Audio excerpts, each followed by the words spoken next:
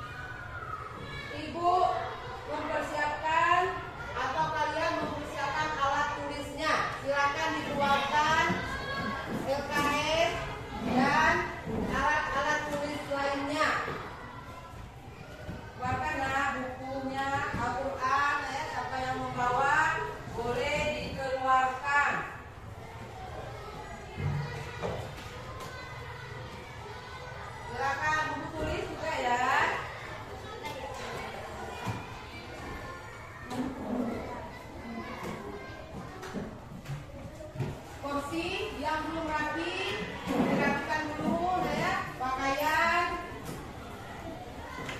pakaiannya rapi, kursi mejanya dirapikan. Ibu absen dulu ya nak. Cantika Fatana Putri, Indri Salsabila, M. Aldi Fahri, Mareka Puspitasari.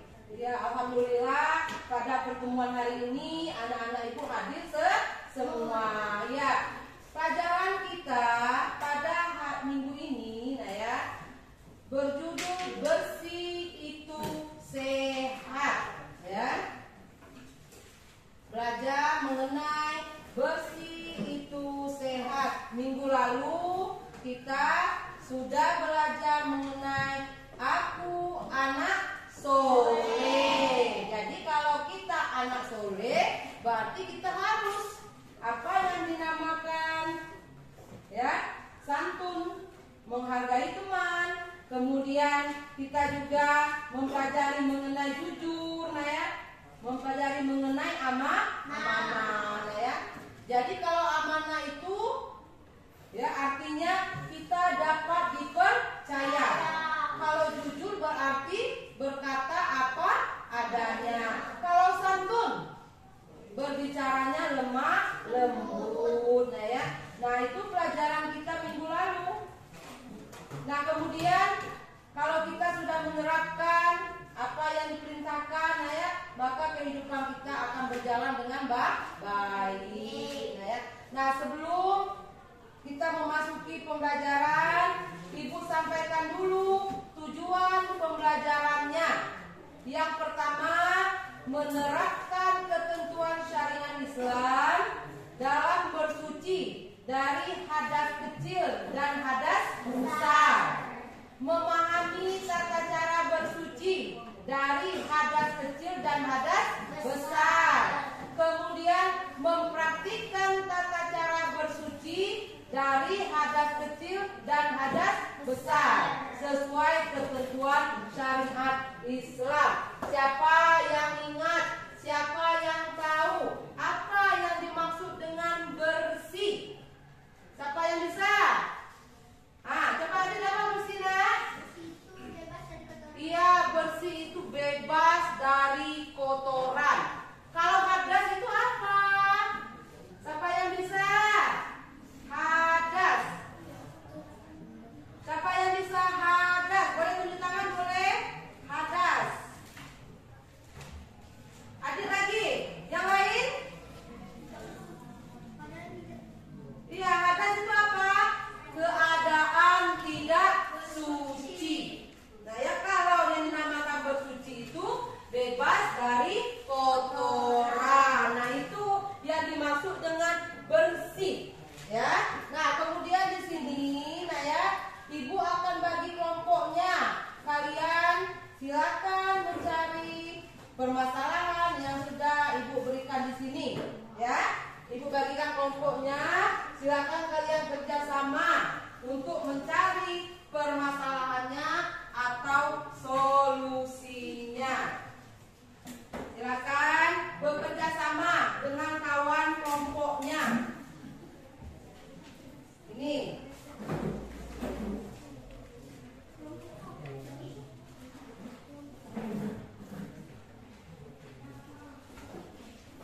Silakan.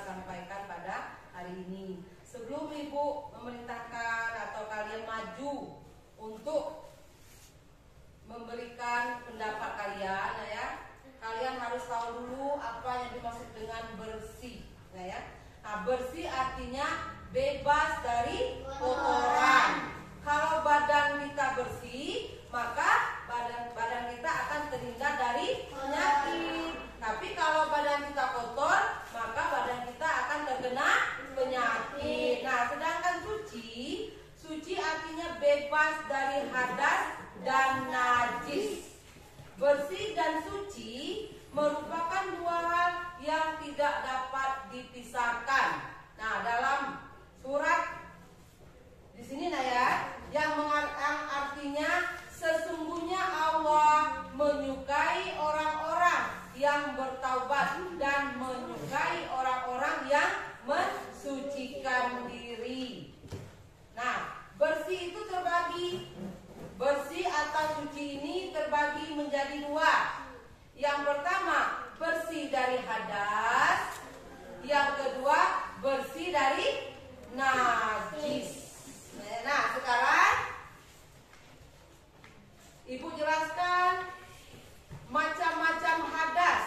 Hadas itu terbagi menjadi dua macam.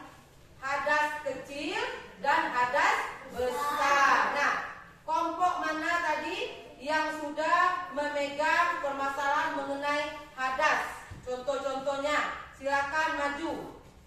Silakan, Erlang, silakan. Nah. Menurut kami, hadas kecil contohnya buang air seni, pinggan, dan buang angin. Menyebabkan batal wudhu. Cara menghilangkannya dicuci dengan air bersih, lalu melakukan wudhu. Hadas besar contohnya mimpi basah bagi laki-laki dan haid bagi perempuan. Cara menghilangkan hadas besar dengan mandi atau tayamum jika tidak ada air. Ya, itu Naya. Jadi contoh dari hadas apa yang disampaikan teman kalian tadi? Hadas kecil dan hadas besar. Ingat, hadas adalah keadaan tidak suci pada diri seseorang yang menyebabkan terhalangnya untuk beribadah. Jadi kalau kita berhadas, kita tidak boleh beribadah sebelum kita suci kembali, ya. Nah, kemudian tadi kawan kalian menjelaskan contoh dari hadas kecil. Nah, di sini ada gambar. Yang pertama, gambar apa itu? Iya, orang yang sedang pipis atau kencing. Nah, kalau dia sedang pipis atau kencing, berarti dia sedang berhadas kecil. Yang kedua, gambar apa? Iya, itu gambar orang kentut atau buang angin. Kalau kita mau sholat, tiba-tiba kita buang angin, maka kita tidak boleh sholat. Nah, ya. Nah, yang ketiga contohnya apa? Tidur. Kalau orang tidur itu dia ngantuk, sangat ngantuk, ya. Jadi termasuk ke dalam contoh hadas kecil. Yang keempat apa? Ya, berpegangan tangan antara laki-laki dan perempuan. Itu tidak boleh. Ya, kalau kita mau wudhu, keempat ini kita kerjakan, berarti wudhu kita batal. Ya, bagus anak-anak ibu ya. Nah, kemudian hadas besar.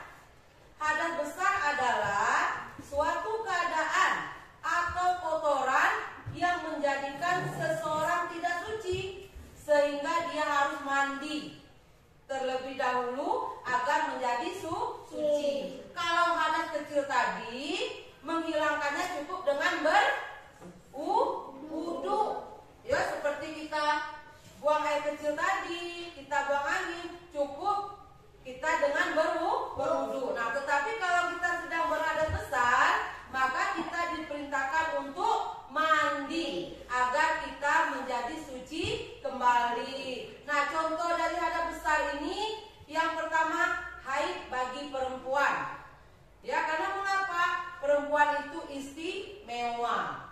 Karena setiap bulannya dia tidak boleh melakukan ibadah-ibadah yang menghalangi dia untuk berhadas. Kalau dia sedang berhadas, dia tidak boleh beribadah. Nah, kemudian nifas bagi ibu yang baru melahirkan. Ya, kalau ibunya baru melahirkan, dia termasuk ke dalam nifas selama 3 bulan, dia tidak boleh sholat. Nah, ya, nanti setelah itu yang haid juga nanti setelah sudah haid harus mandi. Nah, kemudian itu gambar apa? Iya, orang yang meninggal. Orang yang meninggal ini juga termasuk ke dalam hadas besar. Nah, ya. Sampai di sini mengerti? Mengerti. Ya, selanjutnya kelompok 2. Nah, kelompok 2 ini bersih dari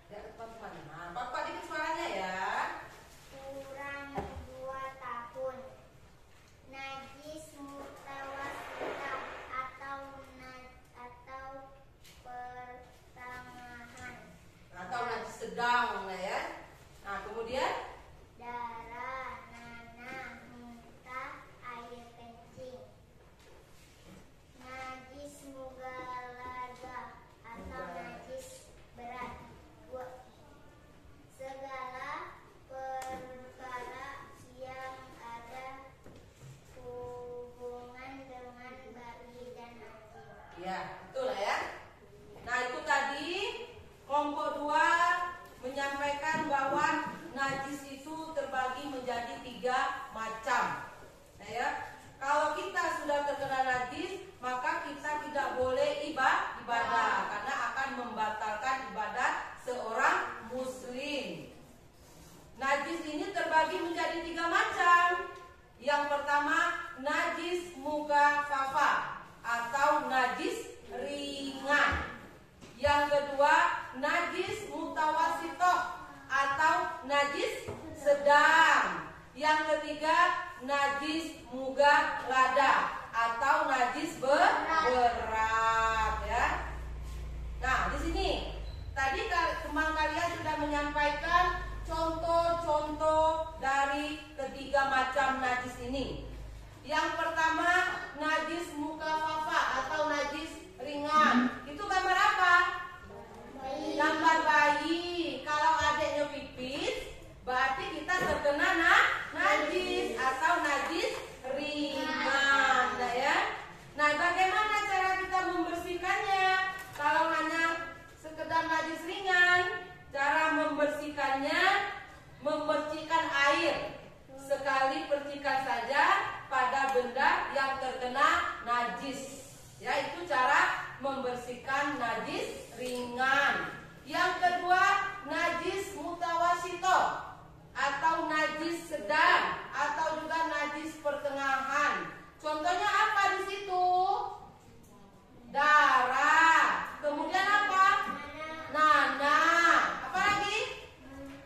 Muntah. Kemudian bangkai hewan, kecuali bangkai ikan dan bangkai belalang. Jadi kalau kita terkena muntah, terkena nanah, terkena darah, ya itu termasuk ke dalam najis mutawassithah. Bagaimana cara membersihkannya?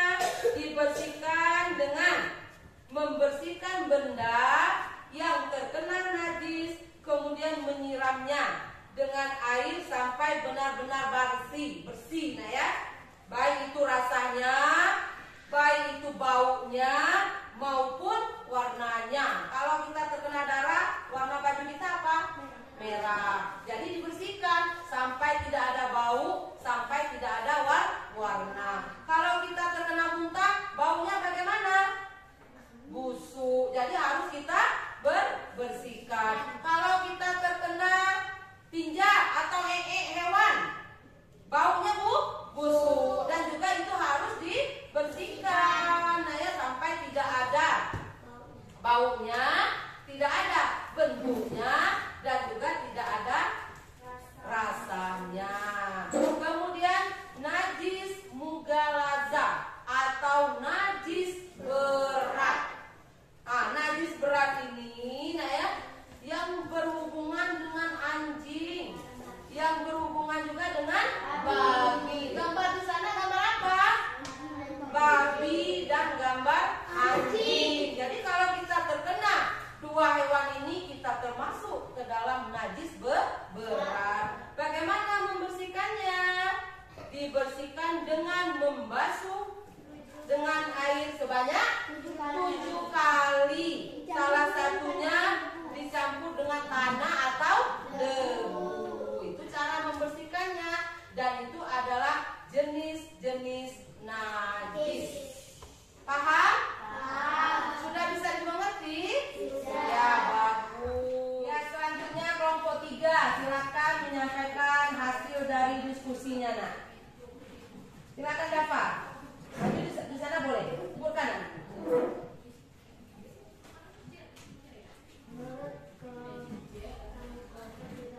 Alat untuk mensucikan najis air, kemudian apa lagi? air, batu, kertas, tisu, kayu, daun. Iya, itu. Nah, jadi nah ya, kalau kita terkena najis atau kita mau beristinja, maka kita harus membersihkannya bukan hanya dengan air saja, tetapi boleh dengan batu. Ya, boleh juga dengan air. Air itu pasti, nah ya, karena di tempat kita banyak air. Boleh juga dengan tisu. Boleh juga dengan kayu.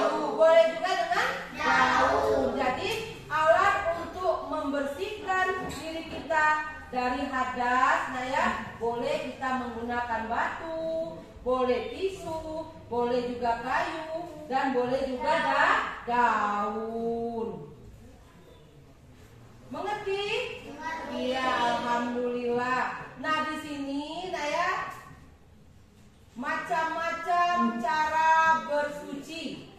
Tadi alat yang kita gunakan untuk bersuci. Nah, yang ini macam-macam cara bersuci. Gambar yang pertama gambar apa? Mandi. Ya, kalau mandi kita terkena apa tadi? Hadas besar. Jadi kita diperintahkan untuk mandi. Yang kedua apa? Berwudu. Berwudu ini karena mengapa? Apabila kita terkena hadas kecil. Yang ketiga apa? Tayamum. Kalau kita terkena hadas kecil, ya, tidak ada air, kita boleh bertayamum. Tayamum itu menggunakan apa gambarnya? Debu. Kemudian yang keempat gambar apa? Gambar apa itu? Iya, istinja atau orang yang mengeluarkan hadas ini ya, hadas kecil berupa tadi apa? Nah ya, nah itu gambarnya orang yang masuk ke kamar mandi, kemudian keluar kembali. Nah, itu cara-cara kita untuk bersuci. Nah, kalau kita bersuci ada airnya, air yang boleh kita gunakan untuk bersuci. Yang pertama air apa itu? Ya, air hujan. Boleh kita untuk bersuci. Yang kedua air apa? Air laut. Yang ketiga air sungai. Tapi ingat ya, kalau sungainya sudah tercemar tidak boleh lagi. Nah ya. Yang keempat air sumur. Bersih dah air sumurnya? Bersih. Yang kelima mata air ini biasanya terletak di sawah, nah ya, di kebun, nah ya, ada pancuran. Itu biasanya langsung dari mata air. Airnya bersih dah? Bersih. Kemudian air apa lagi? Air salju atau air es. Yang terakhir apa itu? Air embun. Ya, air embun itu bersih, nah ya. Sampai di sini ada pertanyaan? Nah, itu tadi adalah gambar macam-macam air yang dapat digunakan untuk bersuci. Ada juga macam-macam air yang tidak boleh kita gunakan untuk bersuci. Salah satunya adalah teh, ya, air teh. Salah satunya lagi apa lagi? Air kopi. Sudah apa lagi? Air susu. Boleh nggak kita ambil wudhu pakai air susu? Tidak boleh. Memang airnya suci, tetapi tidak menyucikan. Kemudian air yang sudah terkena najis, tidak boleh ya kita ambil air untuk berwudu atau kita ambil air untuk kita mandi. Kemudian air makruh atau air yang terjemur matahari. Kalau sudah terkena matahari, airnya bagaimana rasanya? Panas. Jadi tidak boleh. Sampai di sini mengerti? Mengerti. Alhamdulillah. Ya, anak-anak ibu, nah ya, demikianlah pembelajaran kita hari ini. Sebelumnya ibu akan menyampaikan kesimpulannya. Ya, yang pertama bahwa suci itu adalah keadaan bebas dari kotoran. Kemudian bersih atau suci ini terbagi menjadi dua macam. Yang pertama bersih dari hadas, yang kedua bersih dari najis. Hadas tadi terbagi berapa macam? Dua. Hadas besar dan hadas kecil.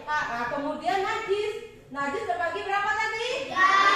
Tiga. Najis ringan, najis sedang, dan najis berat. Ada pertanyaan? Tidak ada pertanyaan? Nah, kalau tidak ada pertanyaannya, nah ya, silakan mengerjakan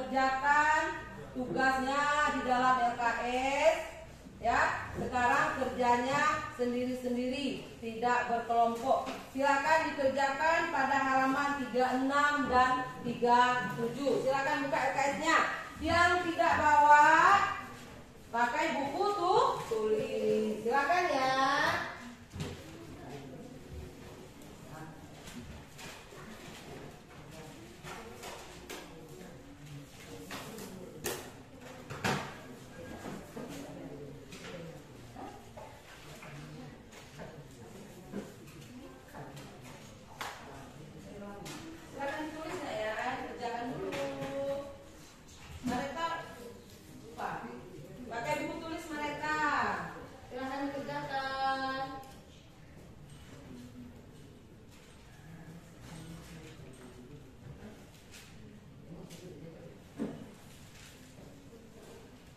Silakan dikerjakan.